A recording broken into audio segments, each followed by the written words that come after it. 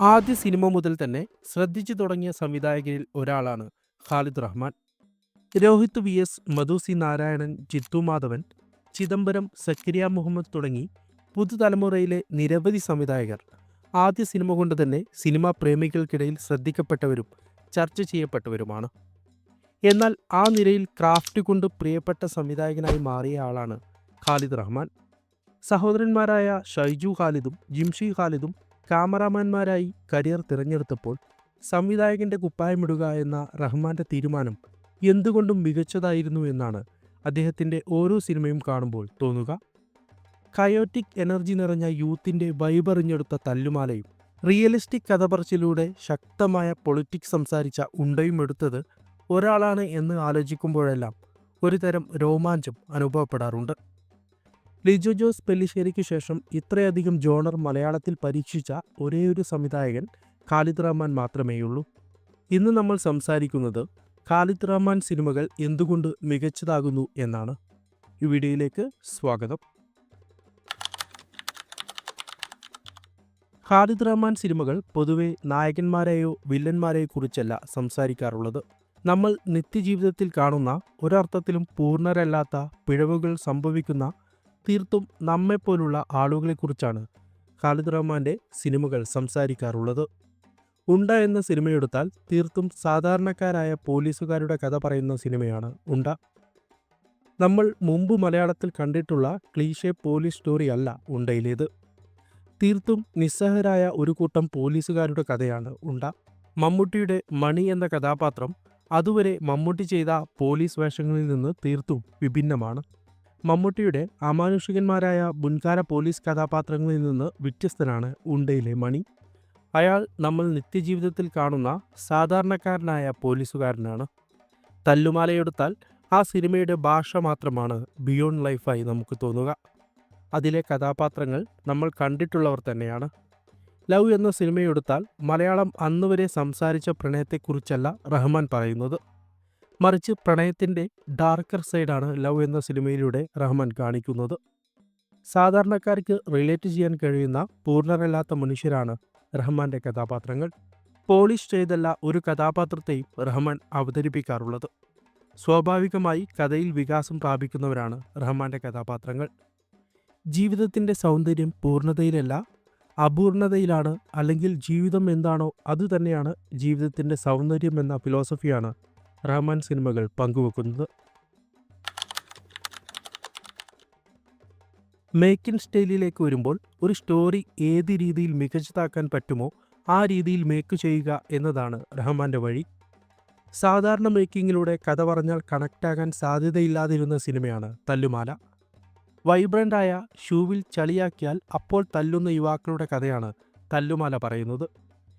നേരിയ ക്യാമറ ചലനങ്ങളിലൂടെ ആ കഥ പറഞ്ഞാൽ കണക്റ്റാകില്ല. ഫാസ്റ്റ് കട്ടും ക്യാമറ മൂവ്മെൻറ്റും ഉണ്ടെങ്കിൽ മാത്രമേ ആ വൈബ്രൻ്റ് അന്തരീക്ഷം പ്രേക്ഷകർക്ക് ഫീൽ ചെയ്യുകയുള്ളൂ. ആ രീതിയിലുള്ള മേക്കിംഗ് കൊണ്ട് തന്നെയാണ് തല്ലുമാല ശ്രദ്ധിക്കപ്പെട്ടതും. തിരക്കഥ, ക്യാമറ, എഡിറ്റിംഗ്, കളർ ടോൺ, വസ്ത്രാലങ്കാരം, BGM തുടങ്ങി സിനിമയിലെ എല്ലാ ചേരുവകളും ആ കഥയ്ക്കനുസരിച്ചാണ് റഹ്മാൻ വിളക്കി ചേർത്തിരിക്കുന്നത്. എന്നാൽ ഇതിൽ നിന്ന് വിഭിന്നമാണ് ഉണ്ടയുടെ മേക്കിംഗ്. തീർത്തും റിയലിസ്റ്റിക് ആണ് ഉണ്ടയുടെ മേക്കിംഗ്.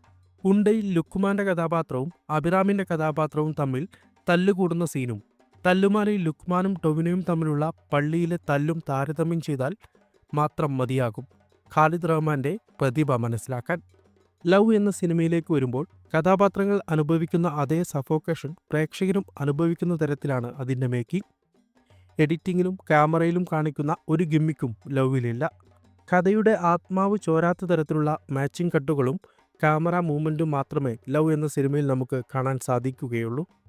തനിക്ക് ഇന്നതെല്ലാം അറിയാം, അതുകൊണ്ട് പ്രേക്ഷകരെ ഇതെല്ലാം കാണിച്ച് ഹരം കൊള്ളിക്കണം എന്ന മെൻറ്റാലിറ്റി അല്ല മേക്കിങ്ങിൻ്റെ കാര്യത്തിൽ റഹ്മാനുള്ളത്. ഒരു കഥയ്ക്ക് ഏത് രീതിയിലുള്ള ട്രീറ്റ്മെൻറ്റാണോ ആവശ്യം അത് പൂർണ്ണാർത്ഥത്തിൽ നൽകുക എന്നതാണ് റഹ്മാന്റെ തിയറി എന്ന് തോന്നിയിട്ടുണ്ട്.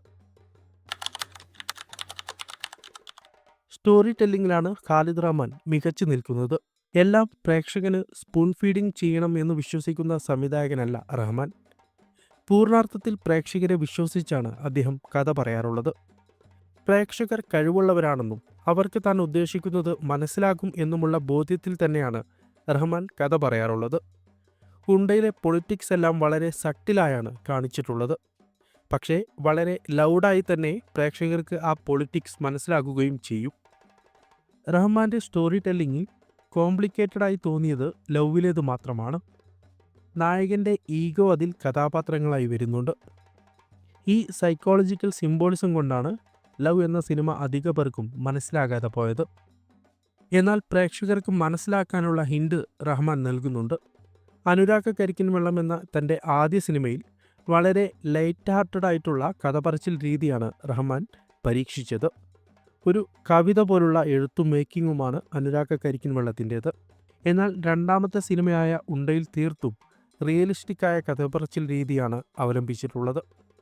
ലവിലും തല്ലുമാലയിലും നോൺ ലീനിയർ ആഖ്യാന ശൈലിയാണ് സ്വീകരിച്ചത്. റഹ്മാൻ്റെ ഓരോ സിനിമയും ഓരോ ഫീലിംഗ് കൺവേ ചെയ്യുന്നതായി തോന്നിയിട്ടുണ്ട്. അനുരാഗ് കരിക്കിൻ വെള്ളം നമുക്ക് നൽകുന്നത് ഒരു നൊസ്റ്റാൾജിക് ഫീലിംഗ് ആണ്. ഉണ്ടയാകട്ടെ സാഹോദര്യവും അതിൻ്റെ രാഷ്ട്രീയവുമാണ് കൺവേ ചെയ്യുന്നത്. തല്ലുമാല യൂത്ത്ഫുൾ എനർജിയാണ് നമുക്ക് തരുന്നത്. ഇങ്ങനെ റഹ്മാൻ്റെ ഓരോ സിനിമകളും നമുക്ക് ഒരു കൊമേഴ്ഷ്യൽ സിനിമയ്ക്ക് ഉപരി പലതും നൽകുന്നുണ്ട്. അതുതന്നെയാണ് റഹ്മാനെ വേറിട്ടു നിർത്തുന്നതും. എന്താണ് ഖാലിദ് റഹ്മാനെക്കുറിച്ചും ഈ വീഡിയോയെക്കുറിച്ചും നിങ്ങളുടെ അഭിപ്രായം കമൻറ്റിൽ പങ്കുവെക്കുക. ഇത്രയും നേരം വീഡിയോ കണ്ടിട്ടുണ്ടെങ്കിൽ തീർച്ചയായും ചാനൽ സബ്സ്ക്രൈബ് ചെയ്യുന്ന കാര്യം പരിഗണിക്കുക. മറ്റു കോണ്ടന്റുകളും കണ്ടു നോക്കുക. നന്ദി.